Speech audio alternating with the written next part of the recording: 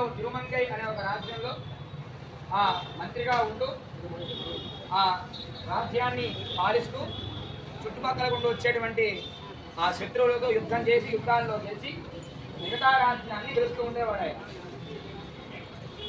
అలాగే కొన్నాళ్ళకి ఈ పరకాలుడికి పలానా ఊరిలో ధన్వంతరి అనే ఒక ఋషి దగ్గర కుముదవల్లి ఒక అమ్మాయి ఉంది. ఆ అమ్మాయి చాలా అందగంటే ఆ అమ్మాయిని ఎవడు వివాహం చేసుకుంటాడో వాడు చాలా అదృష్టవంతుడు సుమా అని అందరూ అనుకుంటూ ఉంటే అది మెల్లిగా వచ్చి చోట్ల పడుతుంది.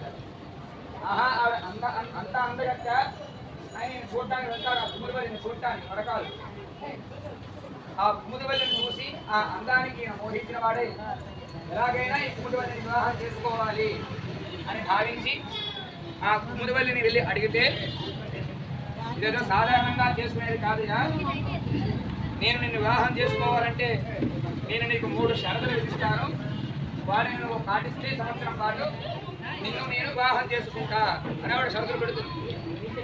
అందులో మొదటిది చక్కగా నువ్వు పంచ సంస్కారాన్ని పొందిన వాడివై శంకుచక్రాలు పంచ సంస్కారాలు పొంది ఊర్ధపుండ్రధారణ కలిగి ఉన్నవాడై నిత్యము 1008 మంది భాగవతోత్తమని నువ్వు కళ్యాణాలంటే గోధాపాత్ర కట్టాలి అని ఆవిడ ఒక షరతుని విధించి దీన్ని నువ్వు సంవత్సరం పాటు చేస్తే నేను నిన్ను వివాహం చేసుకుంటా అని ఆయనకి షరతును విధిస్తుంది కుముదవల్లి.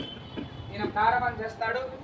రోజు 1000 మంది భాగవతోత్తమని పిలిచి వాళ్ళకి సాపాట్లు ఏర్పాటు చేసి వారందరికీ కూడా ఈయన సాపాట్లు పెడుతూ ఉంటాడు. తద్వారా మిగిలిన ఆ భాగవతోత్తమ ప్రసాదాన్ని ఈయన స్వీకరిస్తూ ఉంటాడు. ఎంతైనా భాగవతోత్తముల యొక్క ప్రసాదం కదా.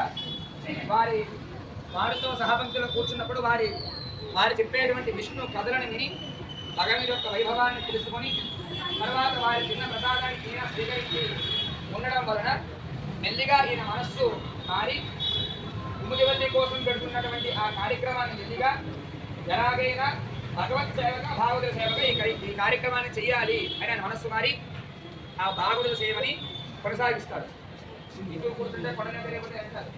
ఆ రోజు 1000 మంది పడినటువంటి ఆశమాసి పని కాదు కదా. అట్లా పెడుతూ ఉంటే రాజ్యంలో ఉన్నటువంటి ఖజానాంతా కూడా ఖాళీ అయిపోతుంది. ఈయన పైన ఉండేటువంటి రాజుగారు ఈయనకి ఉండేటువంటి కోసాగారాన్ని ఆ ధనమంతా ఖాళీ అయిపోతే ఈయన కట్టాల్సిన పన్నులు ఉంటాయి కదా మిగతా రాజ్యాలకి. ఆ పన్నులు ఈయన కట్టలేకపోతే ఆ మిగతా రాజు వచ్చి సందేహం చేస్తారు. చేస్తే వారందరినీ కూడా ఓడించి ఆ రాజ్యాలన్నీ ధనాంతటినీ కూడా ఈయన తీసుకొని మళ్ళీ ఆ